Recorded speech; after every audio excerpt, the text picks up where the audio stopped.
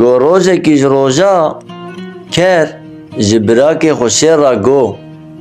Birakê şêr, ma qey ez jî wekî te nikarim bibim şêr. Şêr jî ehmeqiya wê fehm kir û got belê tu jî dikarî wekî min bibî şêr.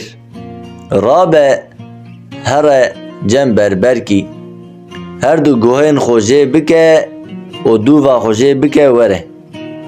Ker diçe cem berber dibêje birayê berber, her du guhên min û dûvên min jê bike, ez ê jî bibim şêr.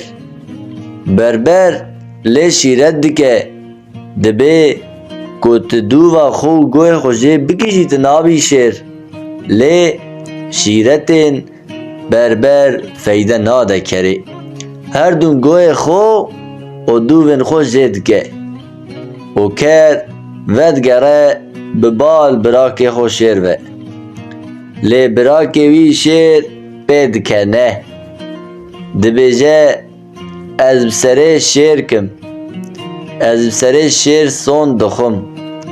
Ku ji xwe tu nebûyî şêr û êdî tu ji kerîtiyê jî ketiyî, te guhê xwe û dûva xwe jê kir, êdî kes nizane tu kerî jî.